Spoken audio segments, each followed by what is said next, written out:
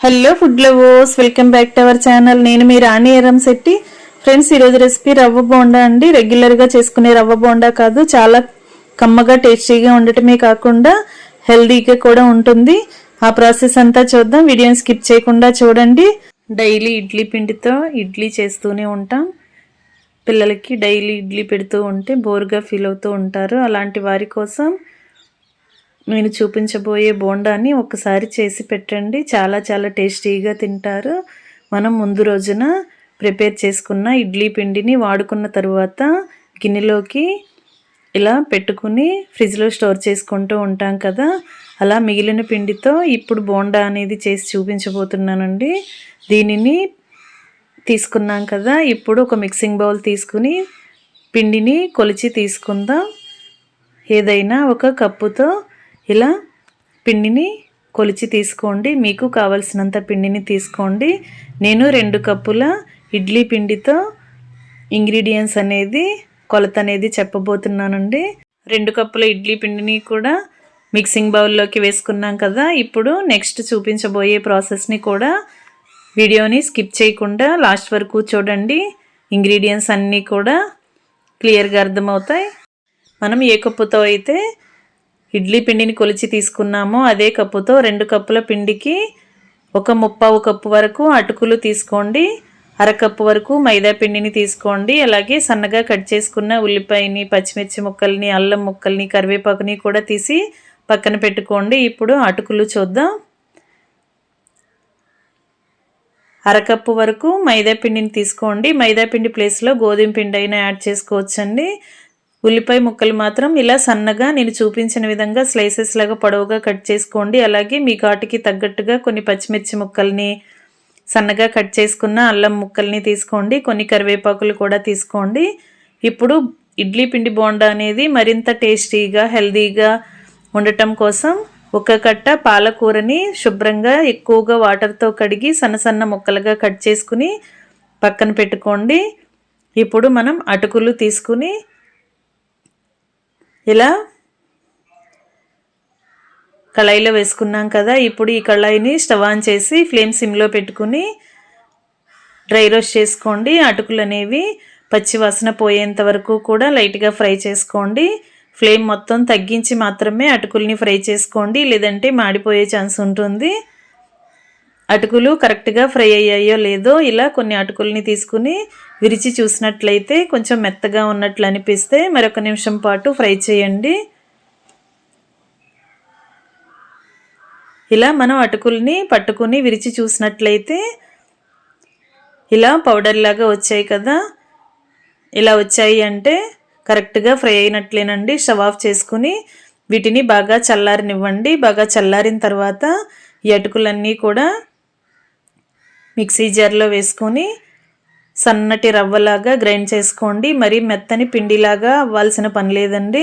రవ్వగా grind అయినా సరిపోతుంది.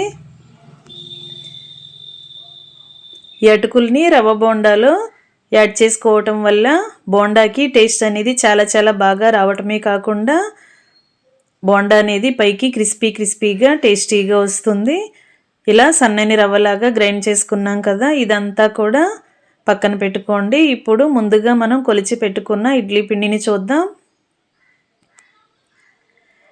ఈ విధంగా ఇడ్లీ పిండిలోకి మనం గ్రైండ్ చేసి పెట్టుకున్న అటుకుల పౌడర్ని వేసుకోండి. ఇప్పుడు కొలిచి పక్కన పెట్టుకున్న అరకప్పు మైదా పిండిని కూడా వేసుకోండి. మైదా పిండి ప్లేస్లో గోధుమ పిండి అయినా వేసుకోవచ్చండి. అలాగే సన్నగా కట్ చేసుకున్న ఉల్లిపాయ ముక్కలు 1 కప్పు వేసుకుని పచ్చిమిర్చి ముక్కలు కూడా వేసుకోండి. పచ్చిమిర్చి అనేది మీ ఘాటుకి తగ్గట్టుగా యాడ్ చేసుకోండి. అలాగే సన్నగా కట్ చేసుకున్న అల్లం ముక్కల్ని కూడా యాడ్ చేసుకోండి. అల్లం ముక్కలు ముక్కలుగా రావటం ఇష్టం లేదు అనుకుంటే అల్లాన్ని తురిమి అయినా వేసుకోవచ్చండి.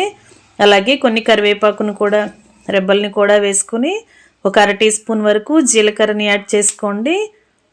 టేస్ట్కి సరిపడా సాల్ట్ని కూడా యాడ్ చేసుకోండి. మనం ముందుగా ఇడ్లీ పిండిని కలుపుకున్నప్పుడు సాల్ట్ అనేది కలిపి ఉంచుకుంటాం కదా, దానిని బట్టి చూసుకుని సాల్ట్ అనేది తక్కువగా యాడ్ చేసుకోండి. అలాగే ఒక 1/4 టీ స్పూన్ వరకు వంట సోడాని కూడా వేసుకుని పాలకూరని వీలైనంత సన్నగా చిన్న చిన్న ముక్కలుగా కట్ చేసుకుని దానిని కూడా ఒక 2 కప్పుల వరకు యాడ్ చేసుకోండి. ఇప్పుడు మనం వేసిన ఇంగ్రీడియంట్స్ అన్నీ కూడా ఇడ్లీ పిండిలో కలిసేలా బాగా కలుపుదాం.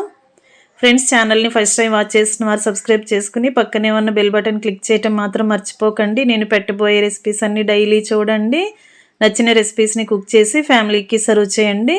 ఇంగ్రీడియంట్స్ అన్నీ ఇడ్లీ పిండిలో యాడ్ చేసుకున్నాం కదా. బ్యాటర్ అనేది కొంచెం గట్టిగా ఉన్నట్లు అనిపిస్తే అరచేతిలో కొంచెంగా వాటర్ని పోసుకొని పిండిని బాగా కలపండి. మనం వేసిన అటుకుల పౌడర్ అనేది ఇడ్లీ పిండిలో ఉన్న తేమని బాగా పీల్చుకుని బ్యాటర్ అనేది గట్టిగా వస్తుందండి. మరీ పలుచగా ఉన్నట్లయితే బోండా అనేది రవ్వ బోండా అనేది ఆయిల్ని ఎక్కువగా పీల్చేసుకుంటే బ్యాటర్ అనేది ఈ విధంగా కలిపి పెట్టుకోండి. మనం పిండిని కలిపి రెడీగా పెట్టుకున్నాం కదా. ఈ పిండి అనేది మూత పెట్టి పక్కన పెట్టుకుని దీనిలోకి చట్నీ అనేది చూద్దాం. ఈ లోపుగా పిండి అనేది అటుకుల పౌడర్ అనేది ఇడ్లీ పిండిని బాగా పీల్చుకుని బ్యాటర్ అనేది గట్టిగా వస్తుంది. ఎక్కువగా నానాల్సిన పని లేదండి, కొంచెంగా నానితే సరిపోతుంది. ఇంకా చట్నీ చూద్దాం. మిక్సీ జార్ తీసుకుని ఆయిల్లో ఫ్రై చేసుకున్న పల్లీలు వేసుకోండి. అలాగే 1/2 కప్పు వరకు పుట్నాల పప్పుని, ఆయిల్లో ఫ్రై చేసిన పచ్చిమిర్చిని కొన్ని వేసుకుని, 1 టీ స్పూన్ ఆయిల్లో ఫ్రై చేసుకున్న మినపప్పుని, 1 అర టీ స్పూన్ వరకు జీలకర్రని, వెల్లుల్లి రెబ్బల్ని వేసుకుని, కొంచెంగా చింతపండుని, టేస్ట్కి సరిపడా సాల్ట్ వేసుకుని ముందుగా వీటిని బరకగా గ్రైండ్ చేసుకుని తర్వాత తగినన్ని వాటర్ని యాడ్ చేసి చట్నీని జారుగా మెత్తగా గ్రైండ్ చేసుకోండి. ఈ విధంగా గ్రైండ్ అయింది కదా. ఇదంతా కూడా ఒక గిన్నెలోకి వేసుకుందాం.